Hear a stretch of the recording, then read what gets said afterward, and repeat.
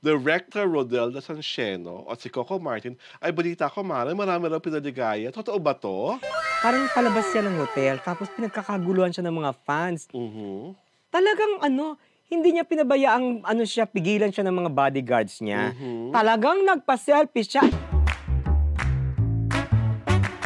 Wow! Ang pag-uusapan natin ngayon sa Medium Chika is of course, ang pagpunta ng buong ASAP family sa Milan. Milan is like one of the fashion capitals of the world, and I would love to be there one of these days wearing this Doña Okara-inspired Ay! My outfit, 'di God!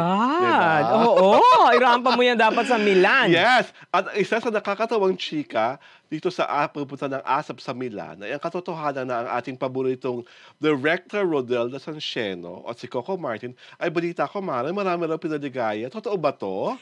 Yeah, there was a video na tawag dito, nakita ko sa Instagram.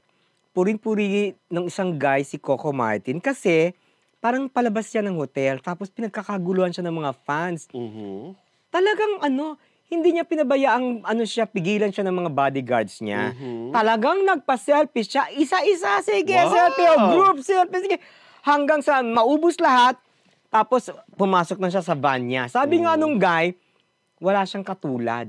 hmm. Kasi siguro may experience sila before na, May 'di mga ba, oo, may artistang mga artista, dire-diretso lang, oo, oo, ganun-ganun lang, nadadaanan oo. lang sila. Kaya daw sabi nila, sabi niya idol na idol niya si Coco Martin.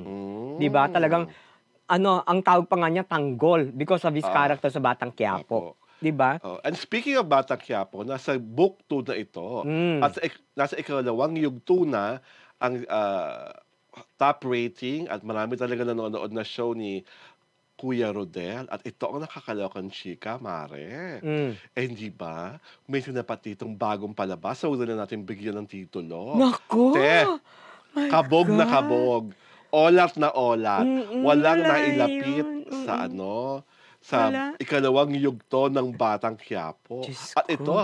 nakakaloka ang mga PRs nila, iniiba ang story arc. Dahil nga hindi nila natibag Oh, ang lakas ni Tanggol, bigla ang drama-rama nila ngayon, binabalik nila yung mga lumang publicity na, eto raw kailangan lang ng steam, kinukulo pa, sooner or later papalo din. Diyos ko, kung talagang Diyos ko. papalo sa umpisa pa lang, palong-palo na Oo, kaagad, sa 'di initial ba? episode pa lang, talagang magsosorna. Eh, And hindi naman, eh. 'di ba, nakita niyo naman kung Mm. gaano karami yung consecutive views ba yun ng 400 thou 434,000 thousand? plus Oo. plus ata. Grabe, oo. Hindi ba? So, paano niyo naman nakatapatan yun? Ang Hindi. nakakaloka pa lumabas na daw yung ratings. Hmm. O di nagkakitaan ng figura Oh. kung sino talaga ang bongga Hmm. at sino ang olat. Hmm. So, alam na natin, huwag na nating pangalanan yung mga losers na nakakahiya naman sa kanila. Sabihin naman nila, masyado silang tinatadyakan. Wag Oo. na. Tsaka hindi, eh, lahat ng tumapat kay Coco Martin, tibag. Totoo ka naman Sa diyan. probinsyano, I think, from 18 shows to 20 shows yata ang tinapat. Hmm. Ngayon, kung ako yung network president or network, CEO, I would ask the executive, bakit tayo What's tinatalo nito? happening? Bakit tayo tinatalo nito? Oo. 'Di ba? Bakit hindi tayo manalo-nalo? Ano Hmm, ang kulang sa atin? Ano ang dapat nating gawin? 'Di ba hmm. dapat gano'n?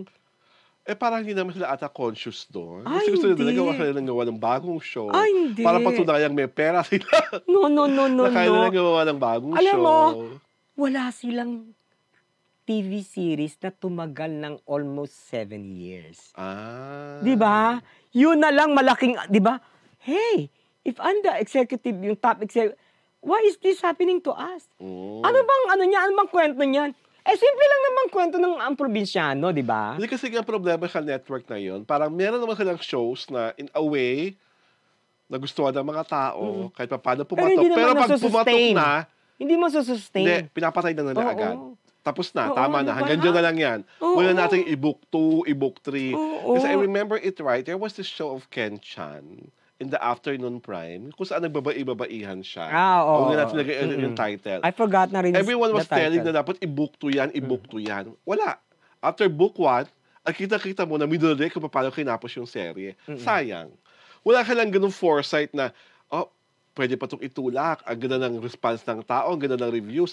Puwede pa nating tahiin ng kwento." Eh, yung nga kay ano, kay Sunshine Dizon tsaka kay Raisa Senon at kay Gabby Concepcion, At Hit na hit yun, tumagal After nun, yun. oo, more than 1 year. Diyos ko, di ba parang, can you imagine kung nilagay niyo yan sa prime time?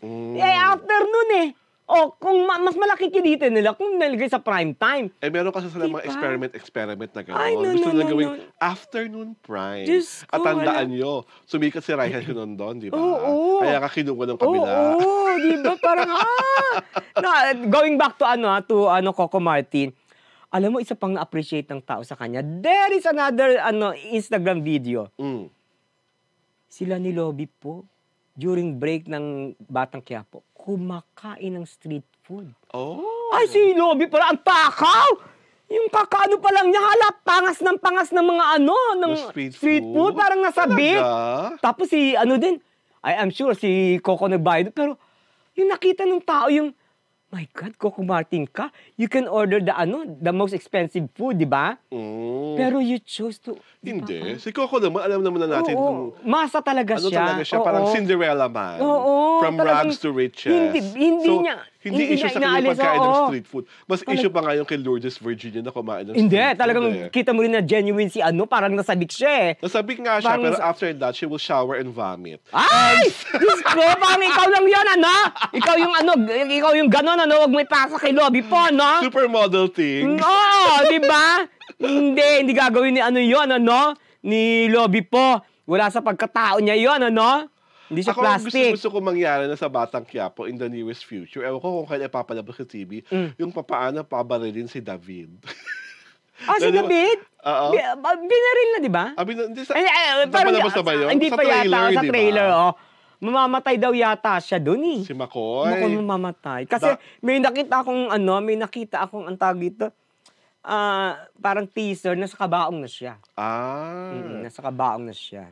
Si Ibo Adlaw, kung anong gagawin sa character siya, siya may pakalanan lahat ng yon. Oo nga, syempre mag-stay siya kasi ang niya papapatay niya yata si Tanggol, di ba? Ay, may ganun ba talaga? Oo, alam mo, parang galing ni Irma Adlawan, well. Bait-baitan school of acting, tapos maya-maya magditan ang gaga. Oo. Iba rin. Iba talaga siyang mag-flesh out ng character. Oo, parang one time saint, the next scene, demonyo na siya. Parang Ang isa walang pang maganda namin i-share about Coco Martin, si Coco Martin, hindi nakakalimot sa press. Ay, oo. Tandaan niya ang pangalan mo. Oo. At pag nakita ka niya talaga, Ay, yayakapin ka niya. experience namin to ni Alex. Pag nakikita niya kami sa Yayakapin mga ka niya. event, naging yung yakap Oo, niya. genuine. Genuine. Ramdam mong miss na miss ka niya. Oo, Hindi talaga, press yung trato niya sa'yo. Kundi parang long-lost Kaibigan, friend oo. na ang tagal na hindi Hindi nakita. nakita. Ganun Nakita siya. tayo. Saka, Ever since. saka, kamusta ka? Mm-mm. Meron siyang genuine It's a concern. personal, Oo. Iba yung personal personal niya, touch. Iba Nakakatuwa. Siya lang yata yung artistang ganun. Di ba? No? Hindi, meron pa akong ibang artist na kakilala, pero hindi naman sila ka-level ni Coco Martin. Oo, Kaya wag iba. natin pag-usapan. Superstar siya, tapos biglang, di ba, siya sa'yo? Oo. Kaya, we're not being biased here, ha? Oo. O sabi mo nga, yung isang panay negative kami. O ngayon, positive today, ha? Oo. Di ba? Baka We're just pointing magka-arya ka out pa. how good a person Rodel Nasancieno is. Rodel Nasancieno is, of course, Saka wala the siyang real fasad. name of Coco Martin. Wala siyang fasad. Oo. He is what he is. Di ba? Kita mo na kagad yung kasi ibang artista, marami, ha? May fasad. Oo. This I want you to see. Papakita nila. Oo. This I don't want you to see, di ba? Hindi nila Oo. papakita. Saka maraming artista talaga na namimili ng mga reporter na nilalambing nila. Oo, At magpapakatotoo sila na parang hindi ako artista, hindi ako si Rodel. Ang daming artista and we can name names if we want to, pero wag na lang. Wag na, my Kasi God. di ba ayaw namin magpakanega today, Sunday, Ebs. Kaloka. And we're just very happy for all the success of Coco Martin. Kasi isa siya talaga sa mga puwersa na may malasakit sa kapwa niya artista, sa crew, sa mga supporting actors. At ang dami-daming binibigyan ng trabaho At at ng tulong. oportunidad at ng tulong ni Coco Martin. Kaya Rodel, salamat. Guest ka naman dito. Pag hindi ka masyadong busy. Busy Gusto pa. namin, gusto namin ikaw maging kauna-unahang on-set guest namin. Wow, 'Di ba ang oo. taray nun, 'di We ba? will give him the entire show. Oo, Mm, Coco Martin mm, ha, 'pag hindi ka na masyadong busy dalaw ka naman dito sa TNT show. And mm. on that note, ito po si Alwin Ignacio, the diva that you love. Kasama ko aking kumaring ultra maldita. Hi, this is Alex Brosas. Ito po ang Taraya Talakin Showbiz Edition, the TT Show.